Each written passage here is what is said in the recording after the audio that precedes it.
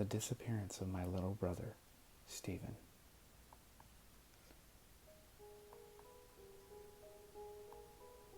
It was 4 months ago today when he first went missing.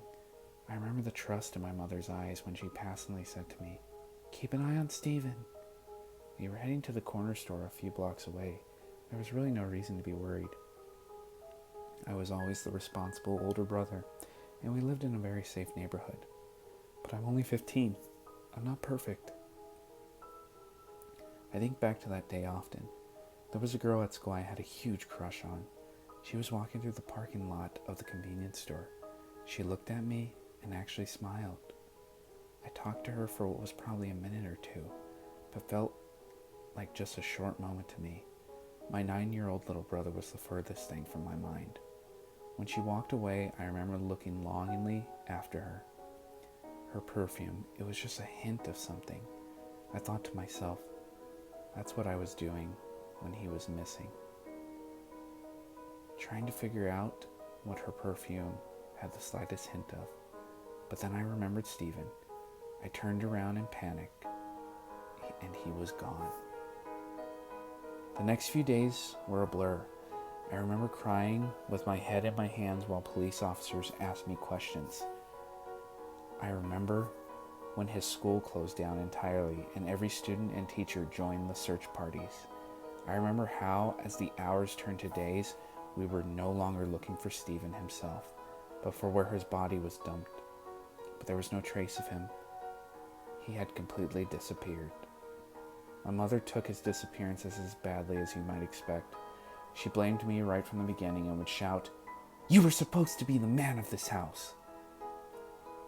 A 2-week period passed when she wouldn't speak to me at all. I would sometimes come home and see her on the couch curled in a fetal position, shaking and crying. Even a month after he was gone, she would still sometimes walk the streets near the convenience store, shouting his name for hours on end. Things weren't much better for me. The guilt alone was difficult to deal with, and my mom's behavior didn't help. Teachers and students were nice to me at first, but I could see in their eyes that they blamed me as well. I was forever going to be that irresponsible kid who lost his little brother. I found myself sitting in Stephen's bedroom sometimes at night. It felt comfortable for some reason, as though I were nearer to him. I'd walk around the house and look at his popular hiding spots, just remembering him, remembering my little brother.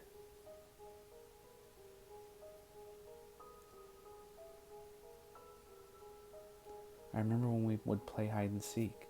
A dark corner in the closet was his favorite spot. I would look there often, somehow expecting him to just be there. "Stephen, where are you?" I'd whisper. I'd half expected him to answer back, but he never did. After 3.5 months, my mother and I had all but given up hope on finding Stephen. Things had improved a little bit, and my mom was speaking to me again, but it was obvious that things would never be the same between us. We were already starting to speak of Stephen in the past tense. "Stephen is such a good kid," got replaced with, "Stephen was such a good kid." Police in the town in general were very active in the search for Stephen, but now it had slowed down.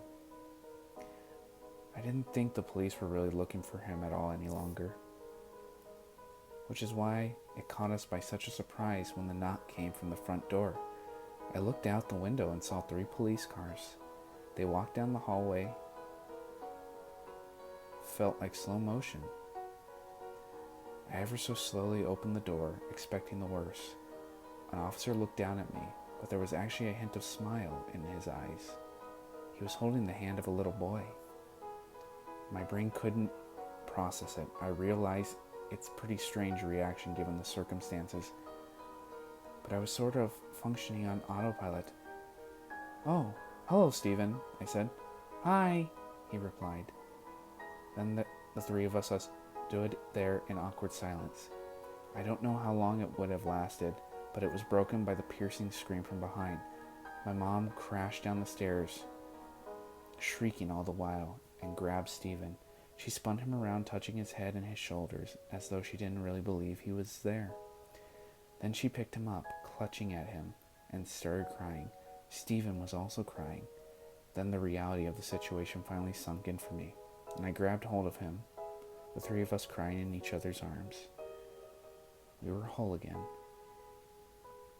It ended up being the best scenario possible, given the situation. The man who kidnapped Stephen wasn't a pervert or a violent psychopath. He was a lonely man whose own wife and son had died in an accident a couple years ago. Still doesn't excuse him for what he did.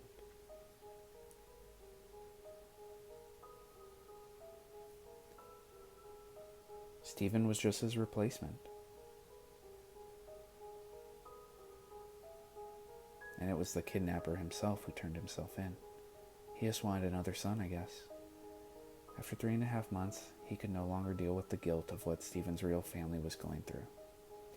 Given all that, it's surprising how quickly we fell back into old routines. He's only been back for 10 days, but it was like Stephen had never gone missing at all.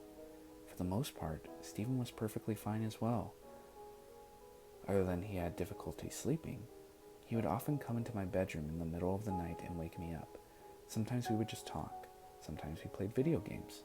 Sometimes he would just go back to bed on the couch beside me. But then something strange happened last night. There was a huge thunderstorm outside, and at about 2 a.m. Stephen came into my room. He said he couldn't sleep and wanted to play Xbox. I didn't mind.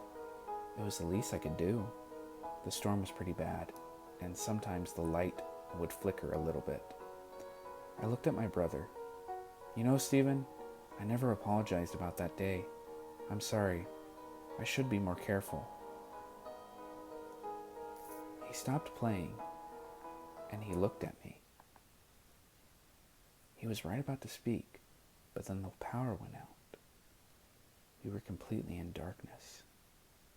And maybe my mind was just playing tricks on me, but I could see a faint, shadowy outline of my brother. And it looked as though his limbs were bending and moving in impossible ways. He was also hunched over, moving around the room like an insect. "Stephen?" I said aloud. That's when it happened. My skin crawls just thinking about it. It was not my brother's voice that answered. It was a grown man's voice. It sort of echoed. It didn't even sound human. "I'm not Stephen," he said. My eyes half adjusted better. I could see a little clearer. It looked as though his legs were wrapped up over his head, and he was somehow moving around on the ground on his hands. He was coming closer to me. And then the lights came back on. In an instant, Stephen's limbs moved back to normal. I asked Stephen about what happened, but he denied everything. He claimed he didn't say a single word in the dark, and that he wasn't bending his limbs in any weird ways. He then said he was tired and was going back to the bedroom. But then something even stranger happened as he left. He stood at my bedroom door and looked back at me. "It was vanilla," he said. "What?" I replied. "Her perfume. It had just a hint of vanilla." And then he closed the door. So I have no real idea how to proceed here. I didn't tell anybody about the perfume. How could he possibly know what I was thinking when he went missing? And the bending of his limbs, him speaking in a man's voice, him denying that he is even Stephen. I can't tell my mom. She wouldn't believe me anyways, and she's been so happy since he returned. I really have no idea what to do. I think I believed the voice I heard in the dark. The boy is not my brother Stephen. I don't know who or what he is, but I'm going to find out. And for the real Stephen out there, I'll find you, buddy. I promise. I'm going to find you.